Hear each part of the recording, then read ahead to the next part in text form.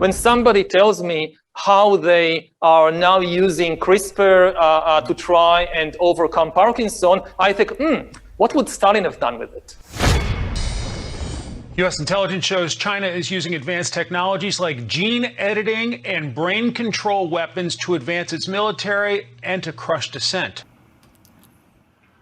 I think there's going to be a lot of breakthroughs on the medical front, particularly around synthetic mRNA. You can basically do anything with synthetic RNA, DNA. It's like a computer program. So, I think with enough, with effort, that's not too crazy. You could probably stop aging, reverse it if you want. You can basically do anything. You can turn someone into a freaking butterfly if you want with the right DNA sequence.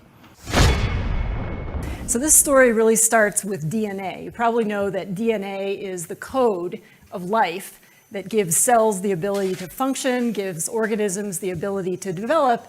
But imagine that we had a tool whereby we could actually fix individual mutations in DNA, much like you would do with a word processor to cut and paste and edit text.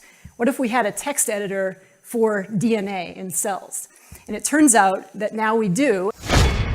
We were able to engineer this as a two-component system, a single protein and a single RNA that provides scientists with the ability to program this enzyme as a molecular scalpel to cut double-stranded DNA at sites that are directed by this piece of RNA. And once that happens, cells have ways of repairing double-stranded breaks by introducing small changes in the genome or sometimes whole new pieces of DNA that introduce new genetic information at the site of the break. Tell us a little bit about the study that just came out of Sweden that is just so alarming. The news is buzzing out of Lund University, Malmö, Sweden. Marcus Alden is the first author. The first demonstration in a human hepatic or liver cell line that the Pfizer vaccine, in fact, reverse transcribes and installs DNA into the human genome. And you see, the difference of this fourth industrial revolution is it doesn't change what you are doing. It changes you. If you take genetic editing, right. Just as an example, it's you who are changed. And of course, this has a big impact on your identity. CRISPR is a very fascinating tool. You figure out a part of the DNA sequence that you want to change. Then you take the DNA that's nearby and create a guide in RNA, so that helps you locate the position. And then you link this Cas enzyme, which has the ability to do that cut and edit. And so pulling together this guiding RNA and this Cas enzyme, editing becomes possible. But using CRISPR, you could actually change the DNA that would determine your baby's eye color or skin tone.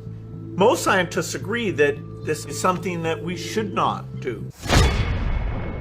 If you thought mutant soldiers with unstoppable physical and mental powers were nothing more than science fiction, then brace yourselves for what I am about to tell you.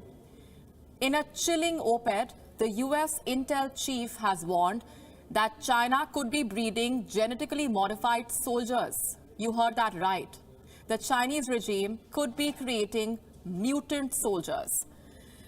This possibility has been raised by John Ratcliffe, a former Republican congressman and the director of national intelligence under the Trump administration.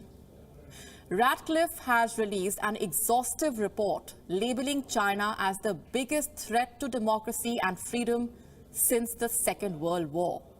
He says Beijing is bent on global domination and is giving increasing importance to biotechnology in its military strategy in order to achieve its ambitions. He has warned that Chinese authorities have been conducting human tests on members of the People's Liberation Army in the hopes of developing soldiers with biologically enhanced capabilities. Capabilities like lifting huge weights, infrared night vision, and running at high speeds over extreme distances. Ratcliffe says there seems to be no ethical limit to China's pursuit of power. So I think the first things that I'm hopeful to see it is other vaccines other than COVID. A flu vaccine with mRNA, a single vaccine. Humans are now hackable animals. You know, the whole idea that humans have, you know, they have this soul or spirit and they have free will and nobody knows what's happening inside me. So whatever I choose, whether in the election or whether in the supermarket, this is my free will, that's over. No, I think maybe in a couple of decades when people look back, the thing they will remember from the COVID crisis is this is the moment when everything went digital. And if this was the moment when everything became monitored, that we agreed to be surveyed all the time, not just in authoritarian machines, but even in democracies. And maybe most importantly at all, this was the moment when surveillance started going under the skin. Humans are now hackable animals. You know, the whole idea that humans have, you know, they have this soul or spirit and they have free will and nobody knows what's happening inside me. So whatever I choose, whether in the election or whether in the supermarket, this is my free will, that's over. Free will, that's over. That's over. Over.